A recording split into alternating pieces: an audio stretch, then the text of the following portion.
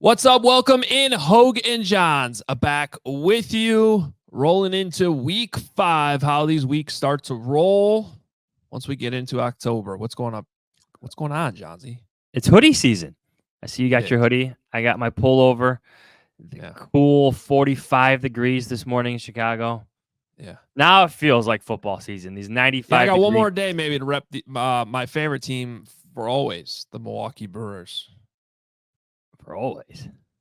That's a joke. It's my adopted team for the last 6 months that I haven't watched a game of since May. Maybe you should permanently adopt them, considering how bad the White Sox were this year. So, yeah. Funny story that I just realized this morning. I think I'll share it on social media too. So, did you see that Colleen Kane wrote a very nice story on the 85? Yes. Yeah. So, it got printed in Sunday's paper, which was cool. She did a great job, but it's not just about Cole. It's about, Kevin Byard and Mercedes Lewis too. Some of the players that are now doing podcasts, their own podcasts, interviewing teammates. She did a great job with the story, and they came in with a photographer, everything. So there's a photo too inside the CHGO studio. So it's the type of thing you want to save, right, for the archives.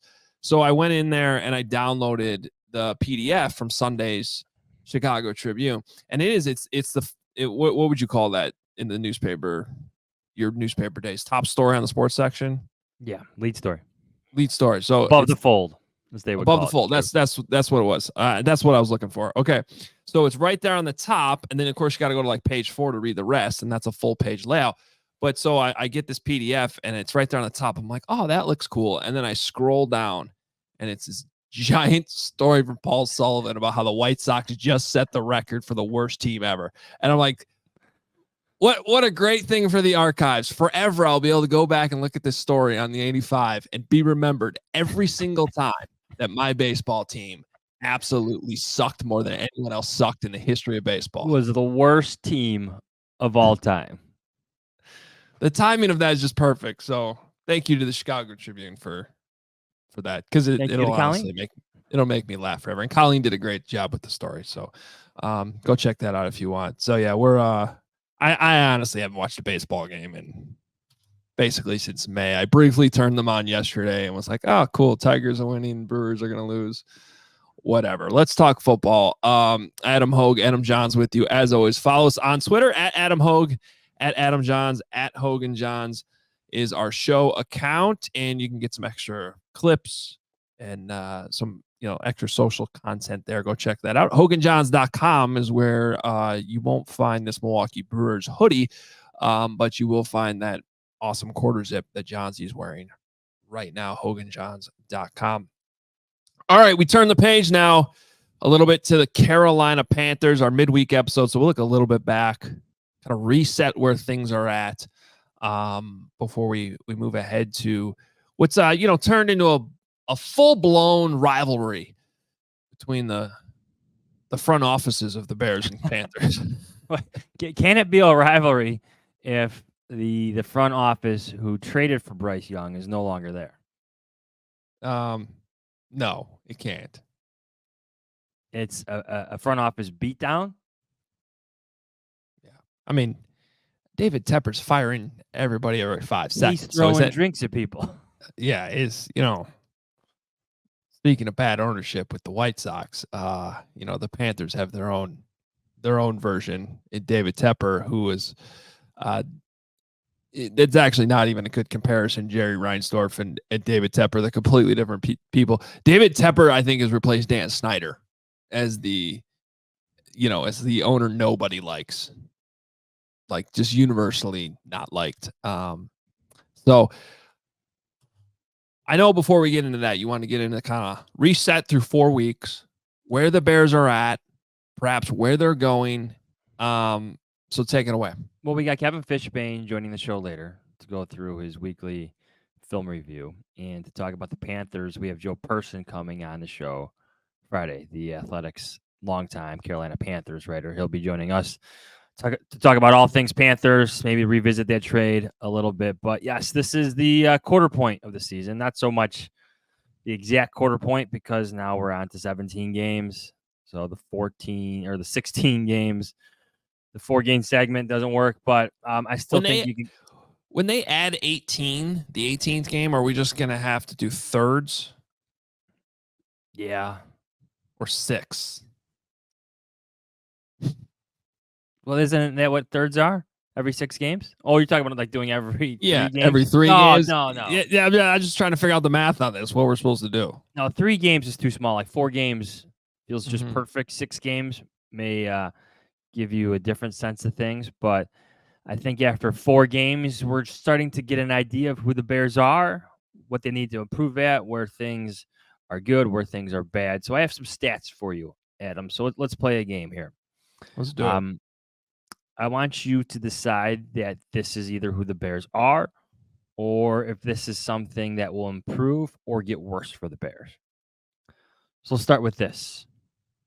After 4 weeks, the Bears defense ranks second in opposing quarterback passer rating at 69.0. It's impressive. Nice. Only the Saints are better at 68.0. Is this who the Bears are defensively? Or will it get worse? Is this a byproduct of the QBs they've played?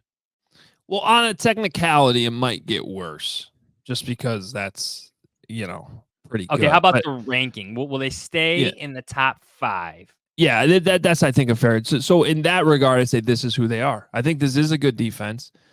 I get slightly worried about the consistency of the pass rush sometimes, but if you watch the film, I like a lot of what Flus is doing up front. I think the versatility they have with their tackles right now and how well Billings is playing, I think is really helping Gervon Dexter. Because if you watch them, sometimes you have Dexter as the 1 technique, Billings as a 3 technique. Sometimes they'll shift, and that's going to create, mismatches, whether it's for Billings or for Dexter. And right now you'll see teams doubling Billings, and it's leaving Dexter to be able to go one-on-one. And that's how he got a sack on Stafford the other day. The consistency on both, I think, with Gervon Dexter, who's doing great, don't get me wrong. But if you look at his pass rush productivity grade, it is not Jalen Carter, despite some people trying to tweet that at us. He does have more sacks than Jalen. Everyone thinks you hate Gervon Dexter, by the way. I can already see the commentary. Yeah, that's fine. I don't. But there's more to stats than when Gervon Dexter is 3 sacks, Jalen Carter is 0. I get it. But look at their overall grades. Look at overall pass rush productivity. Jalen Carter's been more consistent. On the flip side, he hasn't been as good against the run. So the bottom line is I think the Bears are fine. I still wonder sometimes, though, do they need just that little extra on that whether that's the outside guy opposite of Montez Sweat. Sometimes I get worried about Sweat, too. How healthy is he? Sometimes it seems like he's not on the field as much as he should be. But when he is, things are great. Long way of me saying, though, I do think when you pair that with the secondary and the linebackers, they're getting enough up front right now. Enough. It's not perfect, but it's enough that I do think they will stay in the top 5. I think this is who the Bears are. They rank 16th in sack percentage, 7.9 after 4 games, which I think you take it considering where they were last year. Here's a stat I like. They rank tied for first, I should say, in adjusted net yards per pass attempt. That's another advanced metric. They're up there with the Buffalo Bills at 4 yards per attempt. So that's a very good sign. I think you're right in saying that the pass rush is working perfectly with the secondary, which we thought long ago would be a strength of this Bears defense. Right. All right. After 4 weeks, Adam Hoge, the Bears ranked 29th in rushing offense, averaging 87.3 yards per game. Is this who they are, or will it improve? Kind of the same answer. I think it will improve. I mean, we saw improvement, but I don't think this is going to be a prolific rushing team. No. Which we should dive into that, whether it's this episode or others, because I know you definitely felt like they were going to be able to run the ball. I mostly agreed with you. We also were a little worried, even, at various times we'd bring it up the last 2 years, how much was Justin Fields inflating what the Bears actually were as a rushing offense? I think it's been a combination of that was true, and they're just not executing well enough in the run game overall through 4 weeks. I think it's signs of improvement against the Rams. I think you also keep in the context, though, it's the Rams. Their defense across the board wasn't that good. Can you keep it going up against this Panthers team this week? Yeah, I would hope so. But I'm not very optimistic this is all of a sudden going to turn into, a top 15 rushing attack by the end of the year.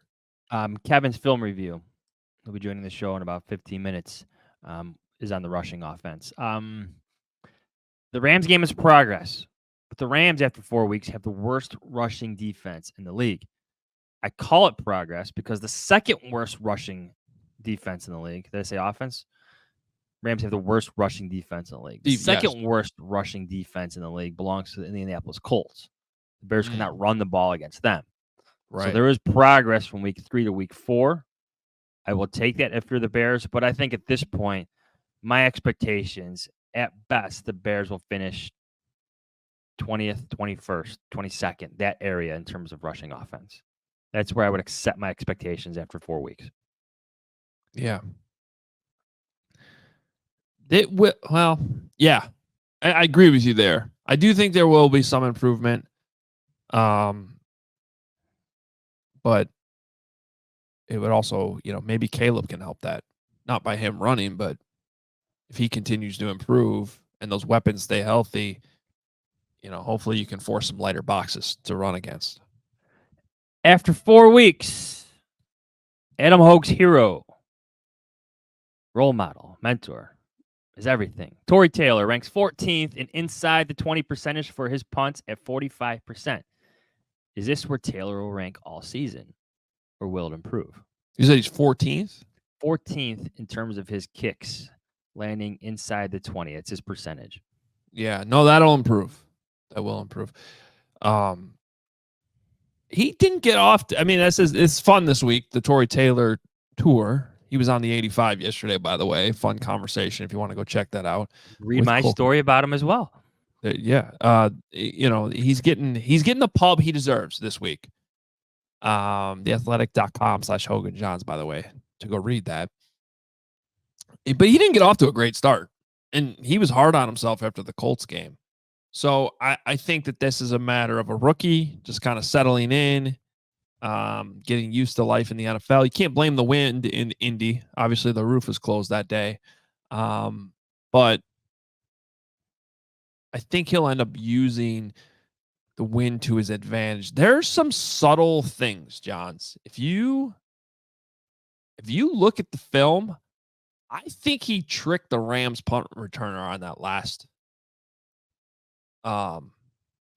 punt. Because if you watch his warm up, like, you know how the punters will always do like a warm up kick right before the snap? He aimed left. Oh, he mentioned this after the game where he saw him align. Yes. Yeah. And then but I didn't really notice it a lot until I watched the film. You could see him pre-snap, like shifting. Yeah, if you listen to the pod, you can't understand what I'm doing. But on YouTube, he like took these tiny little steps to his left, and then he kicked it back right. He's going to be good. He showed that on Sunday. I think he's going to get used to the elements, used to the game, used to the ball, like whatever it is. And that number's going to go up. I mentioned this in my story, but he's got a punt that he practices at Hallis Hall all the time, where I'm not exaggerating this. It seemingly hits like a wall somewhere in the air and just drops straight down. Yeah. And at first I thought it was a fluke until he continued to do it again and again and again. And that is immensely difficult to catch. It's some type of spin he puts on it, and with the arc and the velocity, he uses TrackMan technology to gauge his punts, to track his punts at Hallis Hall. It's impressive to see. Now, he doesn't do it all the time in the game, but I think this is one reason why I think you'll see a lot of balls drop inside the 20, inside the 10, He had 2 inside at the 8 against the Rams, and that wins ball games. That field position wins ball games. So he told Cole that he cannot control the bounce at all, and anybody who says they can is lying. And Cole and I both disagreed with him. You're lying. Well, we're not saying he's lying. We're just like, I don't think you understand that actually how good you are. Because I swear, you and I watched her in training camp too, and we were talking about that. Like his ball bounces backwards more than any other punter I've ever seen. But he says he's no control over it. Well, let's say he's mastering control over it. Put it that way. Like, to see those punts hit, like it would consistently hit like the 18-yard line at Hallis Hall and just like drop straight down. And the equipment staffers trying to field these punts were like sprinting in trying to catch this. That's not fun, by the way. Punts are hard enough to catch in general, let alone if you got one doing that. After 4 weeks, DJ Moore, the man who has talked more about on social media than any Bears player right now. He ranks 43rd amongst receivers with 189 receiving yards. Is this where Moore will rank all season, or will it improve?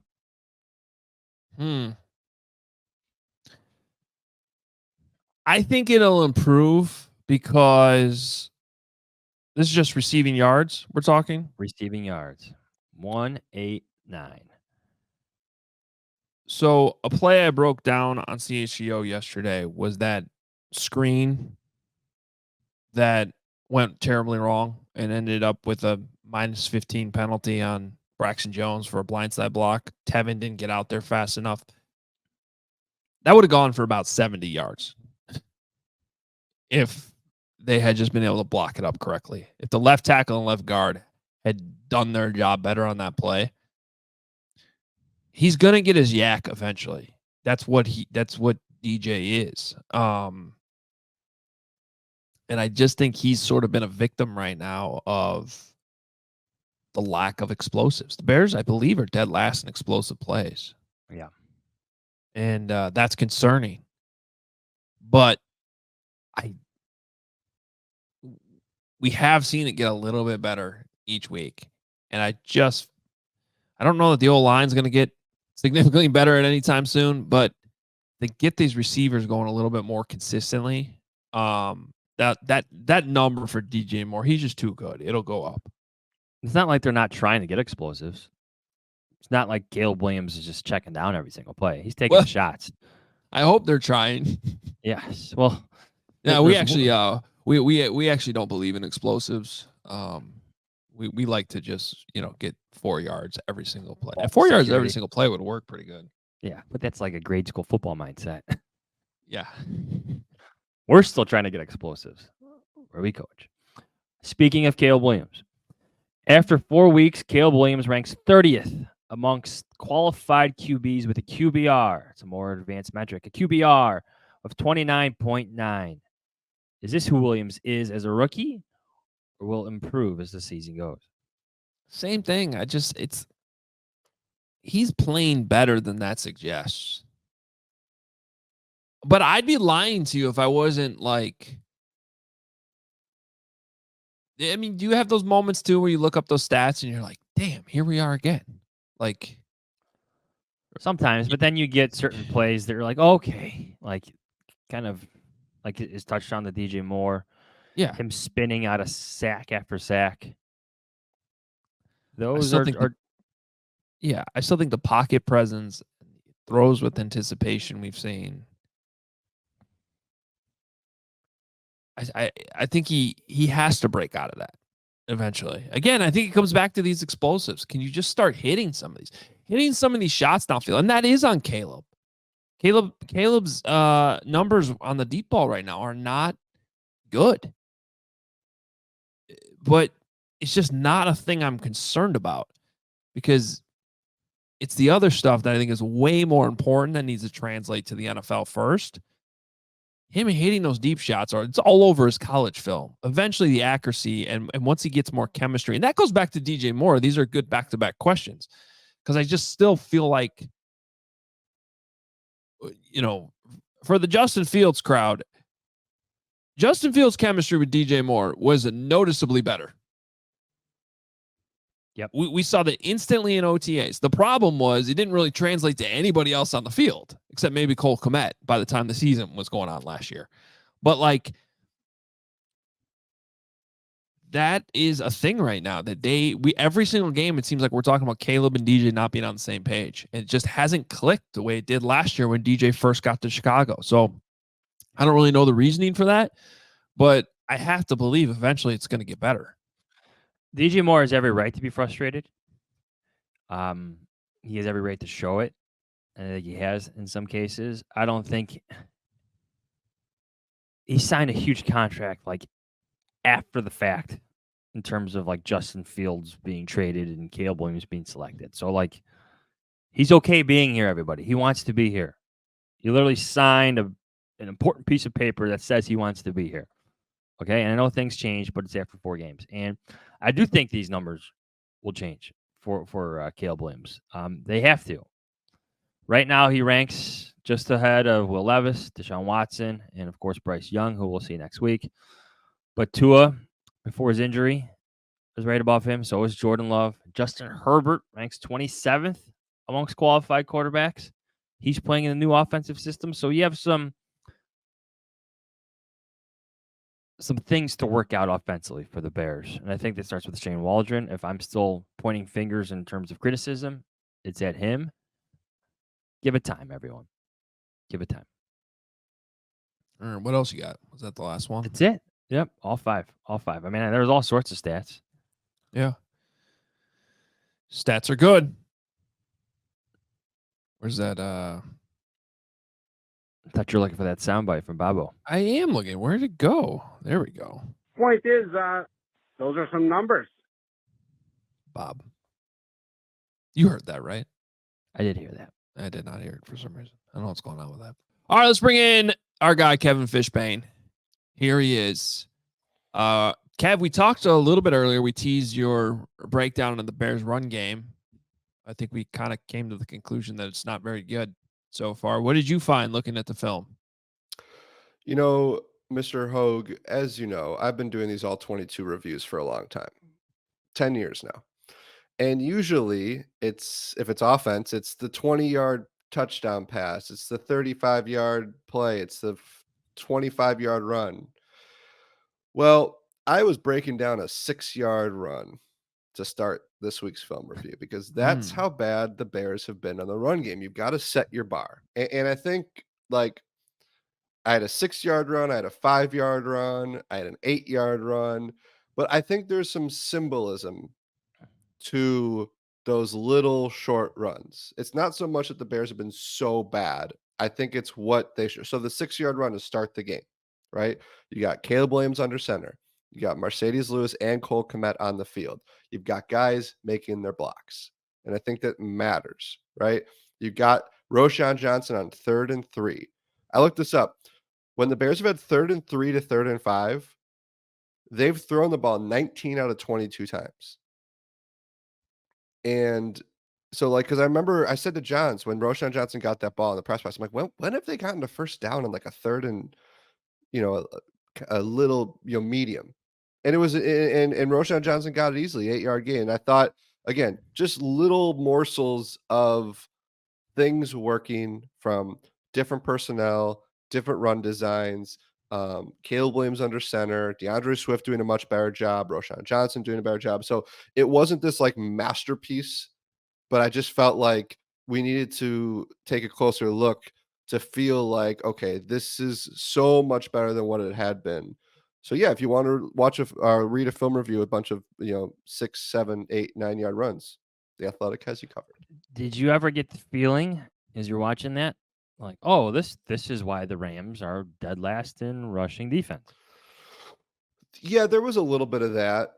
Again, it was hard because John's like, and again, this goes to the other side of the coin, right? The Bears probably should have had more 10 to 15-yard runs. Like there was a crack left to DeAndre Swift where Keenan Allen, if he had held his block for just a little longer, that's probably, and Keenan knew it too. that's like a 15, 20-yard run potentially. On that, maybe it was this first play of the game. If DeAndre Swift is able to juke out, though he had one defender in front of him going to his right, maybe that's a longer game. But yeah, so you saw a little bit of that, but like you would have wanted to see more of it, right? You would have wanted to see more. Oh yeah, this is a bad defense. The Bears are taking full advantage, as opposed to they really had to fight and claw their way to victory. But that's like DeAndre Swift's numbers were so horrific the first 3 weeks. For him to have this kind of game, for him to begin like that's how bad it was. Like you are marveling at a 7-yard run, late in the game. Well, they needed to get him going. However, whatever it took. I'm curious, Kevin, as you were watching the run blocking, like, did anyone stand out to you on the offensive line as good or bad? Because, like, we know Braxton Jones struggled pass protection in this game. Did it? I thought some of the film I watched that Darnell Wright was moving people. Did anybody stand out to you, good or bad? You know what's funny, Hogue? I thought Braxton Jones actually blocked well in the run game. And I noted that obviously we all saw it. I mean, Jared Verse worked him, right? And even Matt Eberflus mentioned it. He wouldn't say it by name, but he said, there was some left tackle bad technique on one of Caleb Williams' sacks. There were a couple plays that I thought Braxton Jones. That's good enough. You might as well just say the name at that point. Yeah, that's true. I thought Braxton Jones had some moments where he was doing a nice job. If you go, when you guys have watched the touchdown run 100 times, it's Coleman Shelton and Braxton Jones. The much maligned Coleman Shelton, who's kind of out in the second level, getting his block. But I mean, I know you asked me about linemen, but Cole Kmet was probably like I found most of the runs that broke down, there was a key block from Cole that helps bring it. The touchdown's the obvious one, but there were a couple others where he was really. I talked about that toss to the left. He was on Jared Verse, and Jahns, you and I talked about that in the press box. So we watched it live. Like he did a really good job just keeping Verse engaged long enough so that Swift could get through. So those are some Pryor had a couple nice moments. But like when you watched the touchdown run, everyone did his job. And that's just something that this whole offense has kind of been lacking. So it was positive to see that. Are you sticking with Matt Pryor at right guard? Yes. Yeah.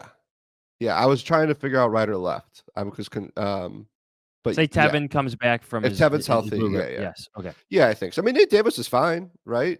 I think Nate Davis is kind of lucky they threw that holding penalty on Coleman Shelton because Nate Davis I thought the hold was on him. Yeah, I thought it was going to be on him.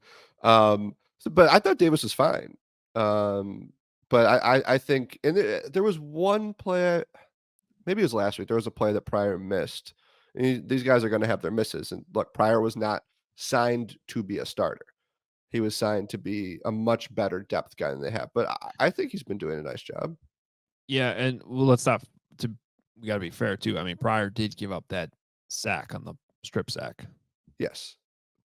As Flus pointed out, phenomenal job jumping on the loose ball. But as Flus did not point out, he was the one that screwed up the play to begin with.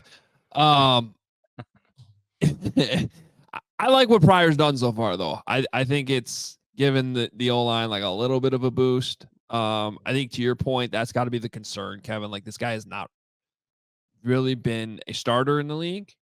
His job was kind of to be the versatile swing guy that can fill in at tackle, fill in at guard. We saw him move to tackle actually for one snap in Indianapolis when Braxton Jones briefly left the game. So we're still, here's another week, guys, and it's going to be another week of us talking to the coaching staff and them talking about continuity and trying to find the right 5 guys, and guys keep getting moved around, shuffled around, whether it's injuries or performance. And I don't know if at any point this season this is actually going to get figured out where they're locked in on 5 guys. What do you guys think happens when Ryan Bates comes back? I think you open up the competition at center. Yeah. I think you got to reopen that up. You have to. Yeah. And I think, and we talked about this over summer, I think that they were set up for Ryan Bates to be the starting right guard. I think everything was going in that direction. And then he gets hurt. Nate Davis comes back.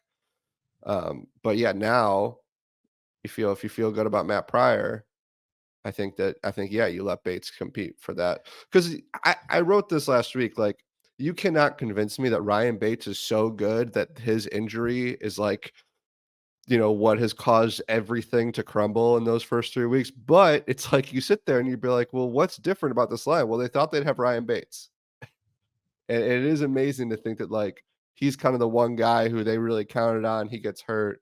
So I mean, I know he's eligible to start practicing the London week. That might be tough. Just the situation of a London game to be his return. Can he come back for that game though? Yeah, he can. So I guess he could start. So he can start practicing the Monday, like next Monday. Okay. So I don't know if he can play in London. He can play in London. So I don't, maybe we see another rotation in that game. Maybe because what I was going to bring up that has to be part of this conversation though, if you put him in at center, is just the adjustment that's going to happen with Caleb. Remember, their snaps are different, both the hand they snap with and the way they snap. Bates' snaps don't come back as fast. It's just that almost, I wonder if that's something they attack in the bye week, or if the urgency is to just, I mean, at this point, you're in the season. You gotta get your best 5 offensive linemen out there. Yeah. Do you believe we're having this conversation again? Yes, I can believe it. I mean, yes, of course. I mean, it's the Bears, but like, man, you guys remember 2013 when the same 5 played every snap until like the final game of the season? When Jordan Mills got hurt. I still but like that's the thing about this Bear. Like I still talk about that group because it was so rare for that to happen. That is rare. That is rare. 11 years ago. You're not asking like Ryan Bates to transform into Jason Kelsey or I don't know, Quentin Nelson if he's playing guard. You just want him to be just a tad bit better than the guys he's potentially replacing, right? How about this, Johns? Be 2018 Cody Whitehair. I guess that technically Cody went to the Pro Bowl that year, but like be Cody when Cody was solid. Just be a reliable, dependable guy. But you know what, Johns? I actually am asking for Jason Kelsey. Can somebody in this town ever draft a good center? I mean, that's later. Remember when you used to make fun of me for how much I would talk about Hronis Grisou? It's because they need a center. I thought it was because you love the Hronis Grisou. Maybe it'll be Doug Kramer. No, he's the fullback. No, fullback. Get him the ball. Big Doug. He's my favorite fullback of all time, too. After one game. All due respect to Paul Lasicki and Michael Burton. Paul Lasicki, Michael Burton. Yeah. I saw Michael Burton's name in a box score the other day as I was going through stats on Sunday, and I cannot remember what team it was. Lions? But he's still in the league. He was in the Lions for a little bit. Saints? Who was his roommate when he was with the Bears? Wasn't it Mitch? Trubisky. It was Mitch Trubisky. Yeah, they were tight. All right, Kev. So last question. We're gonna let you go here. Like this is the question I asked Hoge. After 4 weeks, since you just watched the film, after 4 weeks, the Bears ranked 29th in rushing offense, averaging 87.3 yards per game. Is this who they are? Will they always be towards the bottom of the league, or do you expect after watching the film, do you see potential for considerable improvement? I don't know about considerable improvement. Because you just don't know how much of what happened on Sunday is because of I don't know if it was a drastically different game plan, but it was different and it was a bad defense. So we'll find out, I think, in the next couple of weeks where you again have 2 more below average defenses and they can help your run game numbers. But I just don't think this is a team built to be like they put everything into being a power run team on Sunday and it worked. And it still wasn't like they still only had 1 run for more than 10 yards. Yeah, I think the Rams still held them below their season average of rushing yards allowed. So I'll say I think this is still going to be a middling run team. And you know what? If you get your pass pro working and Caleb gets in a rhythm, that's okay. Like the idea of having someone like Caleb Williams is it's okay not to have a great run game because you're going to throw it. You throw the ball to win. Michael Burton's on the Broncos, by the way. which makes sense because Sean Payton had him in New Orleans. Good Immaculate Grid player then. Yeah. You could go here. I'll help you right now. You can go Lions, Bears, Saints, Chiefs, Commanders, Chiefs, Broncos. You know who I did for Bears Jaguars yesterday in the Immaculate Grid? Chris Prozinski. Ooh, wow. Remember him? Teamer. He Yeah, had the hold on the Devin Hester return. Right? Yeah. Was that Chris Krasinski? I think that was Tom Stutz. Chris Stutz. Tom Stutz. Craig Stutz. Craig Stutz. Craig Stutz. Tom Stutz. Tom Nelson. Tom Nelson's a person. He played. Kent, our producer, put in our chat, Taco Charlton would be a good Immaculate Grid player. He played. Did he play for the Bears for a game? He did. That's why he'd be so good for the Bears. Because I think it was one game. And I'll never forget when Taco Charlton got in that locker room that day. We went to go interview him, and someone asked him, like, do you feel like this could be your home? Like you can finally settle down in one spot? And he's like, I kind of like traveling around, seeing different cities. I'm like, this guy's going to be here for 10 days tops. I was like, this guy has no interest in locking down on the team. It was so funny. And sure enough, he was gone really quickly. Taco Charlton, Michigan. He was a good player. Was he a first-round pick? He was a first-round pick. I think he was, yeah. Yeah, wow. Yeah, this league's so fun. Ken said he was drafted over TJ Watt. That's a bad pick. That would be a bad pick. Now I got to look up who drafted Taco Charlton. The Cowboys. The Cowboys. That's why Kent knows. Yeah, that's why Ken knows. Kent's got it. That's a bad pick.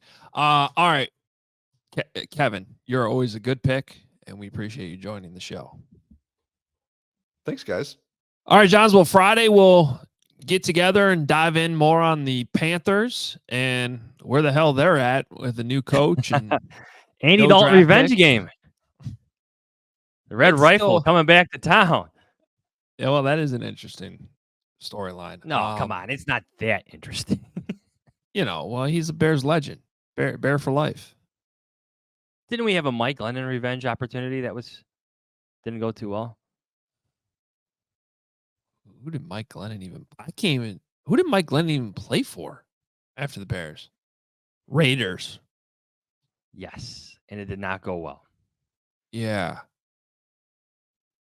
Well, here's the thing about Andy Dalton. Andy Dalton was a pretty damn good quarterback for a while. Not like amazing, but he went to the playoffs with the Bengals a bunch.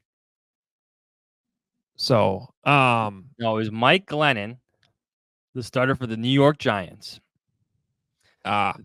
This is on the January 2nd of 2022. The Bears blew out the Mike Glennon-led Giants 29-3. Mike Glennon was 4 for 11 for 24 yards, 2 interceptions, a passer rating of 5.3. So that would have been Nagy's second to last game? 29-3. Right? That would have been Matt Nagy's second to last game. Because January 2022 is when they hired Flus. Yeah. The Bears starter that day.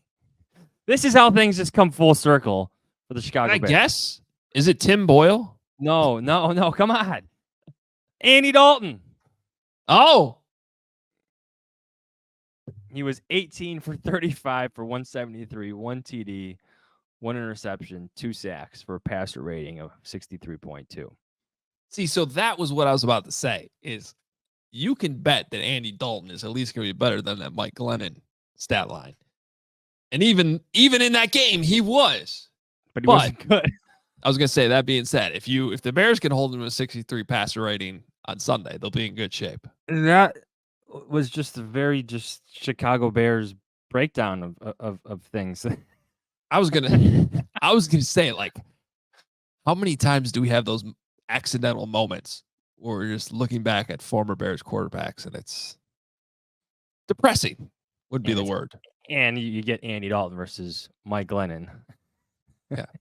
And funny. to open the new year, ringing in 2022. All right. Well, Dalton comes back to Chicago. Should be fun. Joe Person's going to join us on a Friday. We'll break it all down. We'll talk about that trade that we're going to be talking about forever. Obviously, the Bears still get that second-round pick this year, which looks like it'll be a high second-round pick. Pretty remarkable that there's still something coming back in that trade, and they get to prove it this time with the quarterback that they ended up with, Caleb Williams, who definitely could have been a Panther. They used the Panthers pick to get him. I don't know. It would be more fun if Bryce Young was playing. You never know. He could. Yeah, I guess so. We will be back Friday to break all of that down. Looking forward to it. I think we're trying to go live too, right? Friday, 9 a.m. That's the plan. We're going to go live on Friday with a preview episode. We're going to see how that goes. Experiment with that because the Mondays have been going so well. What? You make that sound so optimistic. I don't know. We'll see how that goes. We'll send over your super chats and commentary. We'll be there. We'll figure it out. I don't know. We've been doing this long enough. I think we could do a successful live show on Friday. It'll be fun.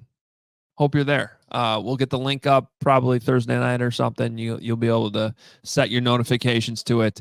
Please make sure you are subscribed and hit the like button on the YouTube channel. And of course, to be honest, part of the reason why we're doing that is to help the podcast listeners who want the episode faster on Fridays. So by going live at 9, we'll be able to get the audio up faster too for you guys listening to the podcast. So hopefully that works out for everybody involved in the situation. And we will talk to you on Friday, 9 o'clock live. Talk to you then. See ya.